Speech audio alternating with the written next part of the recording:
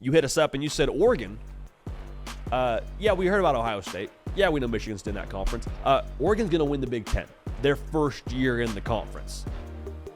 Now, checked out FanDuel, checked out the numbers. Oregon has the second best odds to win the Big Ten right now. That's probably not a major surprise to you, but if you're just parachuting into this, Oregon's really freaking good. Oregon's really good. And this is the shot that we are unpacking together on this show that I think I probably would align with the most. Like, there is nobody in the Big Ten that I look at with Oregon from a roster level and say, yeah, I don't love the way they match up. Like, we talk about the most versatile teams in college football. Oregon, I think, fits that mold to a T. They got a quarterback who, on paper, with all the games that he's played, fits their offense perfectly with being able to be a distributor of the football. He brings a mobile element. He's a good decision maker. You got skill players to where all you got to do is get him the rock in space. Like Tez Johnson, get him the ball, let him cook. Evan Stewart, I think he's better after the catch than we've been able to see so far in his college career. Jordan James, I think, is going to be a stud for them out there at running back. Like, they got a lot of dudes on that roster. The offensive line is more than good enough to stand up in the trenches in the Big Ten. The defensive line, what they did in the portal, grabbing big Derek Harmon. You got Mateo Uyunglele.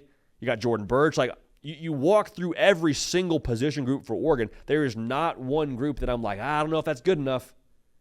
And as a sum of all the parts, I definitely believe Oregon's good enough. So there's the roster side of things. But then also, like, we understand now rosters, they get you in the building. Do they win the game for you, though? They get you in the house, but do they kick the door down? I don't know if that's always the case. I just love the competitive makeup of this team as we sit here in June.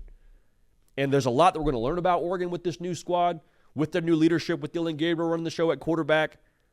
But again, I go back to his experience, the fact that he's played a lot of football games. I don't think he'll walk out there that first series against Ohio State and have the shaky hands.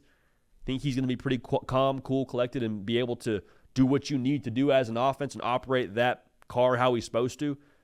Let's take it a step further, though. Our theory on the show has always been, and always will be, you take on the persona of your leadership. If your leadership is lackadaisical, loose, high energy, like that's going to be who you are. If your leadership is tight, he's bunched, like there is something scientific to where as a room, as a team, you connect with that, and you then become, as a result of that, tight and bunched. I can't explain it, but that's the way that it works.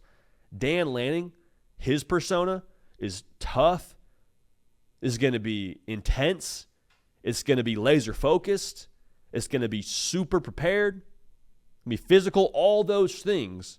To me, when you check those boxes one by one, if that team at Oregon resembles and takes on the persona of Dan Lanning, and they will, they're going to be in that Big Ten title conversation.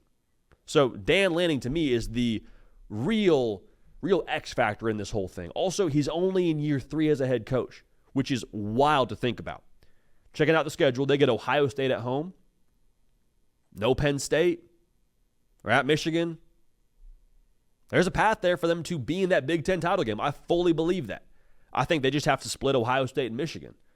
Who's to say they don't play Ohio State twice? So we'll keep an eye on that. But going back to this, the key is for Oregon to win the Big Ten, the trenches have to be as advertised. And I think more importantly, you got to have Dillon Gabriel firing on all cylinders by the time you play Ohio State October 12th. We can take a few games to get rolling, Dillon. At UCLA, that's fine. Kind of get in the rhythm. You almost went to UCLA. You committed to UCLA at one point in time. At Oregon State, a team you're, I guess, not familiar with so much, but a team that I think Oregon should take care of business. Get the feet wet. Get the sea legs. By the time you play Ohio State, though, it's go mode.